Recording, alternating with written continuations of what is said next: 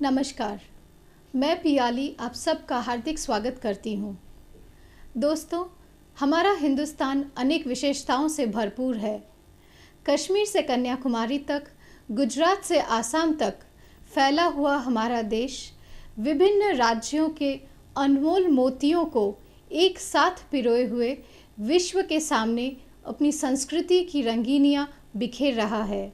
भारत के अन्य राज्यों की तरह गुजरात भी अपने कला और संस्कृति को सदियों से संजोए हुए देश विदेश को मंत्रमुग्ध करता आया है।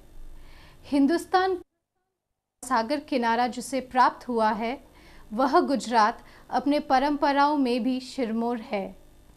दोस्तों, आज हम ऐसी ही एक परंपरा की बात करेंगे जो सदियों से चली आ रही है। वह है कपड़ों की छपाई एवं लकड़े के कलात्मक ब्लॉक्स बनाने की कला। इस 200 साल पुराने कला को जीवित रखा है गुजरात के एक छोटे से गांव पेथापुर ने। तो आइए आज दर्शन करते हैं इस भव्य परंपरा की इस छोटे से गांव में जाकर। अहमदाबाद से करीब 35 किलोमीटर दूर 20,000 की जनसंख्या वाला गांव पेथापुर गुजरात के नक्शे में तो शायद ही मिले, लेकिन पेथापुर गुजरात में या भारत में ही नहीं, समग्र दक्षिण एशिया में कपड़े पर छापने के लकड़े के ब्लॉक्स बनाने का सबसे बड़ा केंद्र है। और इसीलिए तो कहते हैं, पटोला भात पेथापुर की, पहने पद्मिनी पूरब की। आज भी पूरे भारत में जिनको ऐसे बारीक कारीगरी वाले छाप काम के सुगम, टिकाऊ और वैविध्यपूर्ण ब्लॉक्स चाहिए होते हैं, वे पेथापुर के कारीगरों को ही संपर्क करते हैं। वस्त्रों को सजाने की पद्धतियां अलग अलग होती है, जिसमें से एक बहुत जानी पहचानी पद्धति है लकड़े के ब्लॉक्स से कारीगरी करके कपड़े पर छापने की। कपड़े पर छाप काम करने का कारखाना शुरू हुआ, उससे पहले कारीगरी किए हुए लकड़े के ब्लॉक्स से कपड़े पर छापने की हस्तकला बहुत प्रचलित थी। ईशू की 4वीं सदी पूर्व भारत में कारीगरी की हुए ब्लॉक्स रंग में डुबो के वस्त्रों पर छापे जाते थे। इसी तरह छापने की पद्धति विकसित हुई थी। पेथापुर गांव में ब्लॉक्स पर कारीगरी करने की कला करीबन 17वीं सदी से शुरू हुई थी और आज ये पूरा गांव इस हस्तकला में इतना माहिर हो चुका है कि इसकी स्पर्धा में कोई आ नहीं सकता। विविध प्रिंट या डिजाइन के ब्लॉक्स अलग अलग नामों से पहचाने जाते हैं, जैसे कि ढाका, बाटिक, बुट्टा, अजरक और सौदागिरी। ये ब्लॉक्स बनाने की प्रक्रिया भी बहुत रसप्रद है। सबसे पहले जंगल में से लाए हुए साग या टीक के लकड़ों को 1.5 या 3 इंच की मोटाई में टुकड़े कर दिए जाते हैं। टुकड़ों की सपाटी अगर ठीक नहीं है तो उसे फाइल मार्क से घिसा जाता है। इससे ब्लॉक्स के ऊपर की तरफ की सपाटी ज्यादा सुघड़, सपाट और कड़क बन जाती है।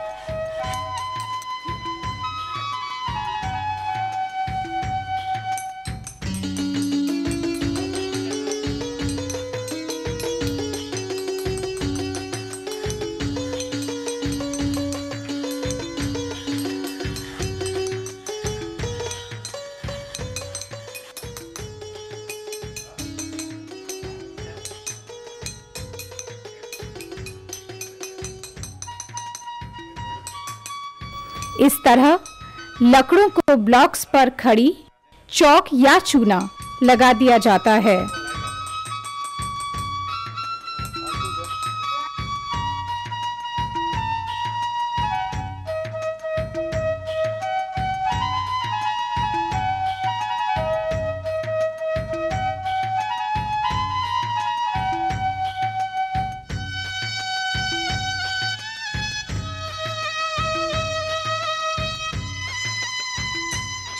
उसके बाद जिस डिजाइन का ब्लॉक बनाना हो, उस डिजाइन का चित्र कागज पर बना दिया जाता है।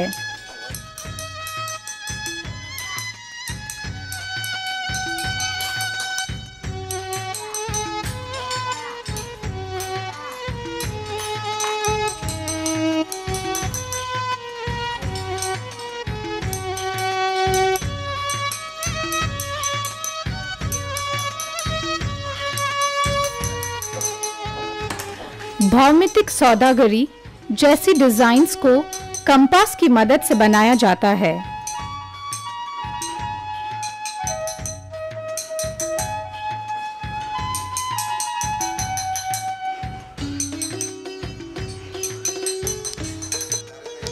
अब कागज पर जो डिजाइन तैयार की गई है उसे इस खड़ी वाले ब्लॉक पर पिंस से चिपका दिया जाता है।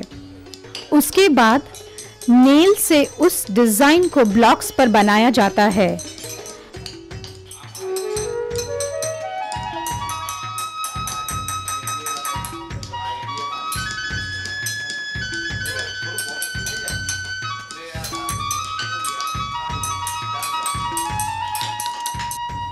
कागज वाली डिजाइन को लकड़ी के ब्लॉक पर बनाने के लिए हाथ सारिणी से उसमें छेद किए जाते हैं।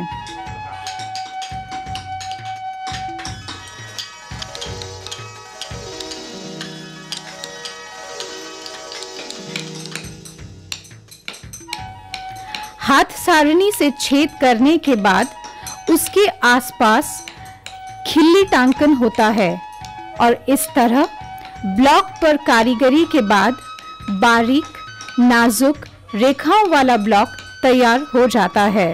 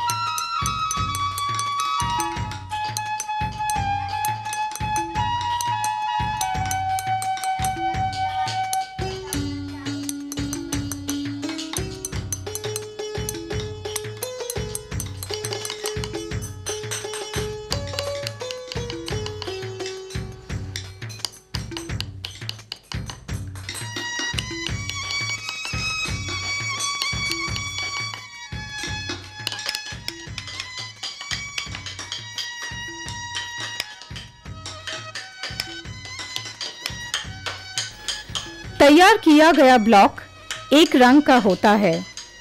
इसके ऊपर से 3 दूसरे संबंधकर्ता अलग-अलग रंगों से छापने के ब्लॉक तैयार किए जा सकते हैं। इस तरह से 4 रंग से छापने के ब्लॉक्स का सेट तैयार हो गया। उसके बाद नमूना देखने के लिए कागज पर उसकी छाप ले ली जाती है।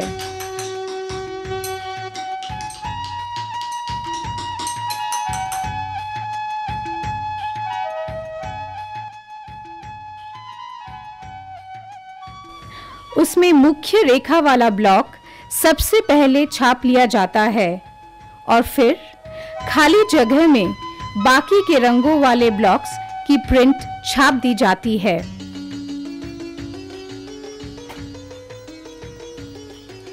इस तरह 4 रंग वाली प्रिंट तैयार हो जाती है और इस तरह की डिजाइन को 50 से भी ज्यादा मीटर के कपड़े पर छापा जा सकता है। इस तरह की डिजाइन को रेशमी, सूती और अन्य कई तरह के कपड़ों पर छापा जा सकता है।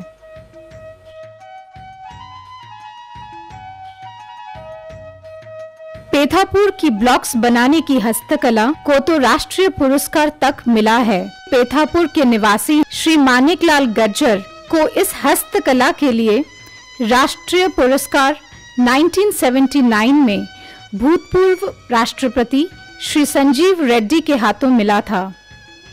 आइए इनकी कारीगरी की कहानी इन्हीं की ज़बानी सुनते हैं। पेथापुर में सबसे पहले तो कुछ औरतें घर पे खादी बुनती थी। सफ़ेद खादी में बंगड़ियों के चक्कर हो और हाथ का पंजा छापती थी। इसी वक्त हमारा पूर्वजों को ख्याल आया कि इसी तरह से ब्लॉक अगर बनाया हो और दिया हो तो कैसा, तो इसी समय ब्लॉक बना के दिया तो वही दो ब्लॉक उन्होंने छापने का शुरू किया। उसमें से 2 कलर, 3 कलर, 4 कलर वाला भी बनता गया। आज 10-10 कलर का ब्लॉक बन रहा है और वही ब्लॉक बनने में इतना मशहूर हो गया है कि जो कहीं से बहुत दूर से यहाँ पीथापुर ब्लॉक खरीदने के लिए आते हैं।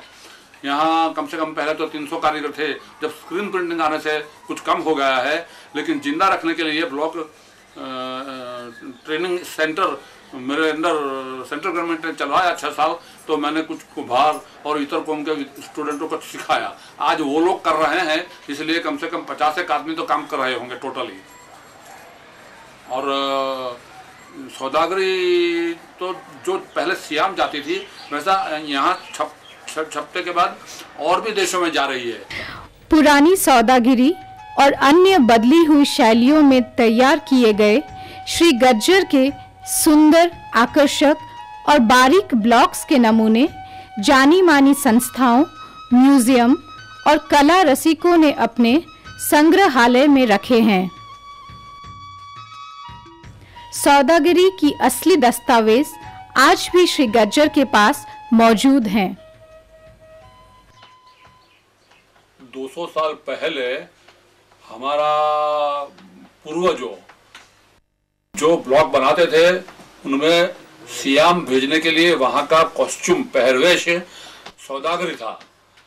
और यहाँ से जो वासियन कंपनी, मस्कतियन कंपनी माल बेचती थी, वो उन्होंने सौदागरी नाम रखा था।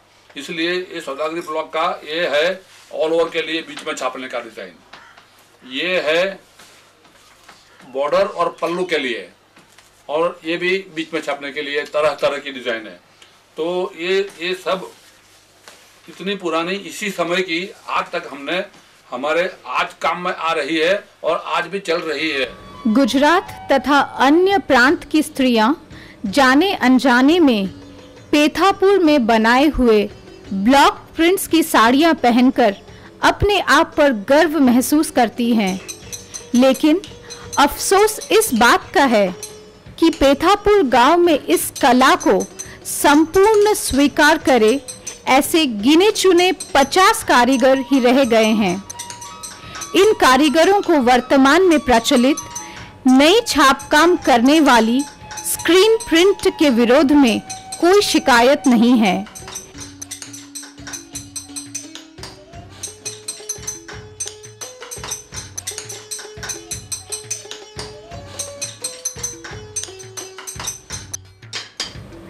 अंत में तो पेथापुर की हस्तकला को देखकर यही महसूस होता है कि प्राचीन कला अब भी जीवित है। पेथापुर गांव ज्यादातर लोगों से अनजान है, किंतु इस गांव की हस्तकला ने इसे भारत के ही नहीं बल्कि विश्व के सांस्कृतिक कला के नक्शे पर भी बिठा दिया है।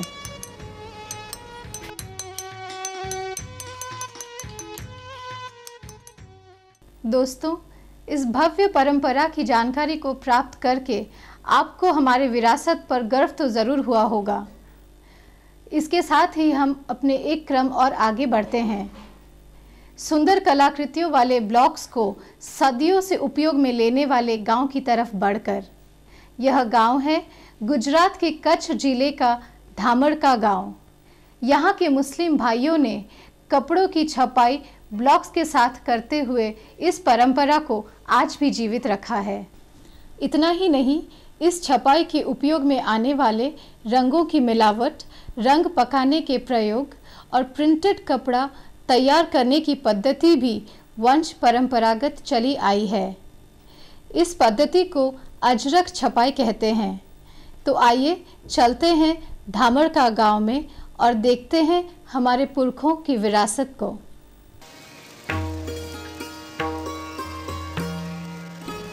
अहमदाबाद से 400 किलोमीटर दूर कच्छ में धामड़ का नाम का गांव है, जहां ब्लॉक्स से छापने की हस्तकला अभी भी जीवित है। इस परंपरागत कला को अजरक प्रिंट कहा जाता है। अजरक शब्द आम आदमी के लिए नया है, अनजाना है। ये शब्द अरेबियन साहित्य से लिया गया है, जिसका मतलब है संध्या का समय। शाम के समय आकाश में कई रंगों की लाली छा जाती है, जो कुदरत के सौंदर्य में चार चांद लगा देती है। जिस तरह से शाम के रंग आकाश की रौनक बढ़ाते हैं, उसी तरह ये अजरक प्रिंट कपड़े की सुंदरता बढ़ाती है। और दूसरा ये भी बताते हैं कि सिंध में एक अपने बादशाह था, तो उसको हर रोज़ नई चादर चाहिए उसको। तो वो जो कारीगर लोग थे तो रोज़ बनाते थे और दे आते थे। लेकिन एक दिन ये कारीगर ने अजरक बनाई तो और दे के आया, तो फिर दूसरे दिन जब बदलने गया तो बादशाह ने बोला कि सिंध में जो है कि अजरक आज रहने दे। तो ये भी बताते हैं। अजरक प्रिंट का कपड़ा कच्छी मुस्लिम बनाते हैं। इस प्रिंट के कपड़े में से खासकर लुंगियां बनाई जाती है और जत मुस्लिम इसकी पगड़ी बांधते हैं। जत मुस्लिम इस तरह की पगड़ी सिर्फ गाय भैंस को चराने जाते हैं तभी पहनते हैं। अजरक प्रिंट जत मुस्लिमों की खास फरमाइश पर बनाई जाती है और इसलिए शायद अभी भी ये कला जीवित है।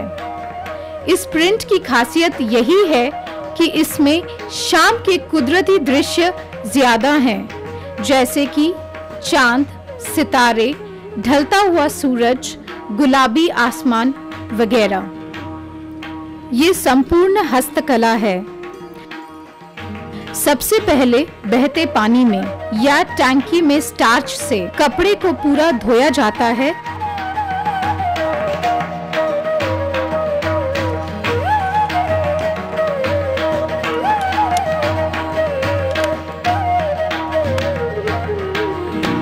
उसको सुखा के हरदे वाले पानी में डुबोया जाता है, जिसके कारण कपड़ा पीले रंग का हो जाता है।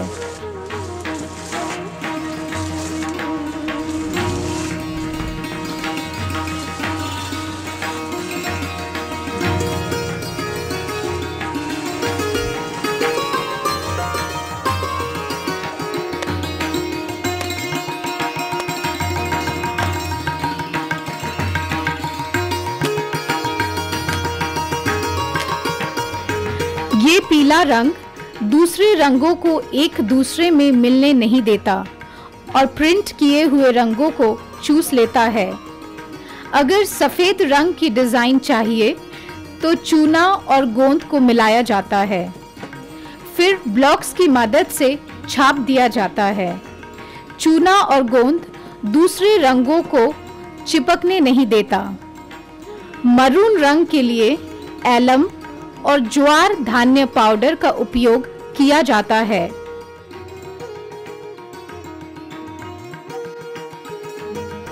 मरून रंग फैले नहीं, इसके लिए लकड़ी का भूसा उस पर छिड़क दिया जाता है।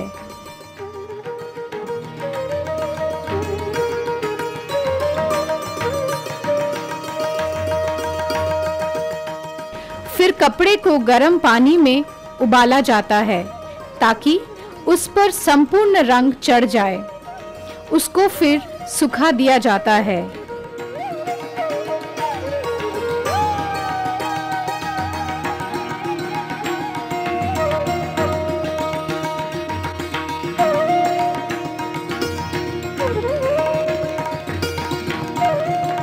अगर काले रंग का बैकग्राउंड चाहिए तो काली डाई, जो कि लोहे की जंग, इमली के बीज और गुड़ को मिलाकर बनती है।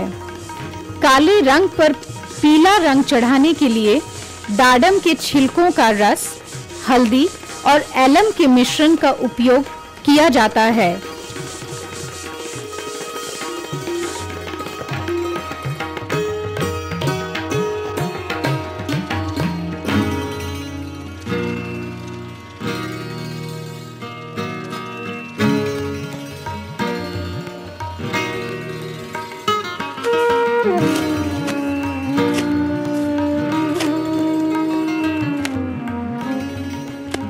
रंग के लिए इंडिगो का उपयोग होता है।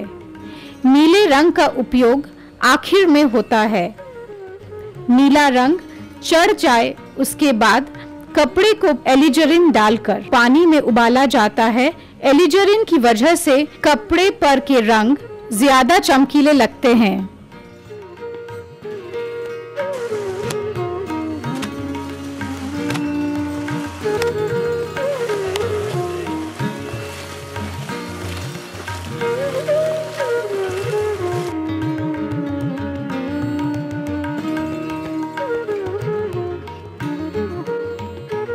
अब्दुल रज़ाक और उसके परिवार ने इस परंपरागत हस्तकला को कच्छ में जीवित रखा है, जो पिछले 9 पुश्तों से ये काम कर रहे हैं। हमारी 9 पीढ़ी हुई इस गांव में यही काम करते हैं। अच्छा, इसकी शुरुआत कैसे हुई, कुछ बताएंगे आप? 9 पीढ़ी जब आपका बाप दादा के वक्त में? नहीं, हमारे जो आए 9वीं पीढ़ी पे हमारे दादा जो यहाँ पर आए, इससे पहले भी ये वहाँ जहाँ थे वहाँ पर भी यही काम करते थे, ऐसा हमने सुना है।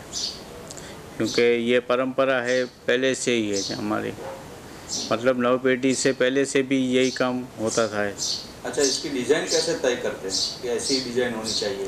इसकी तो डिज़ाइन एक तो ये कुछ जो हमारी पुरानी ट्रेडिशन है जो उसकी तो डिज़ाइन तय है कि इसमें इस तरीके का होना चाहिए। इसमें जो है ये बीच में जो है डिज़ाइन बदलती रहती है। सेंटर की जो है उसकी 10-12 डिज़ाइनें हैं, उसमें जो ग्राहक जो चॉइस करता है वो। बाकी ये जो बॉर्डर है लुंगी, जब हम लुंगी के लिए बनाते हैं तो इसमें ये बॉर्डर होती है। अगर लुंगी नहीं करनी है, इसको साफा बांधना है या शोल्डर करना है, तो ये सादा जो होता है इस तरीके का बॉर्डर, सादी बॉर्डर से ये बनता है। अच्छा, अजरक प्रिंट बनाने वाले कच्छ में कितने कारीगर होंगे? अजरक प्रिंट मतलब जो ओरिजिनल अजरक जो है इसमें तो ये काम हम अकेले ही करते हैं। बाकी खावड़ा में कुछ 1-2 लोग करते हैं।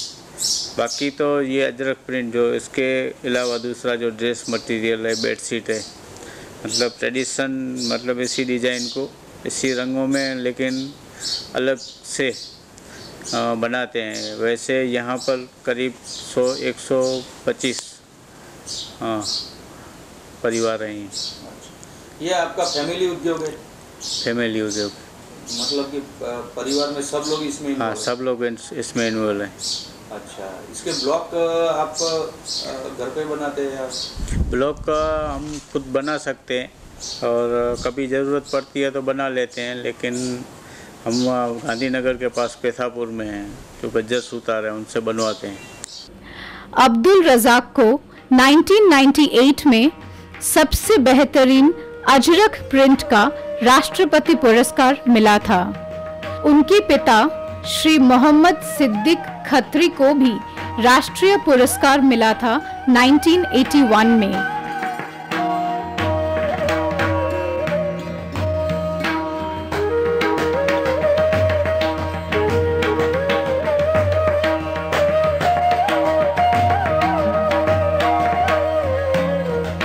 अब्दुल रज़ाक और उसका परिवार इस हस्तकला को जीवित रखने के लिए बहुत मेहनत कर रहे हैं।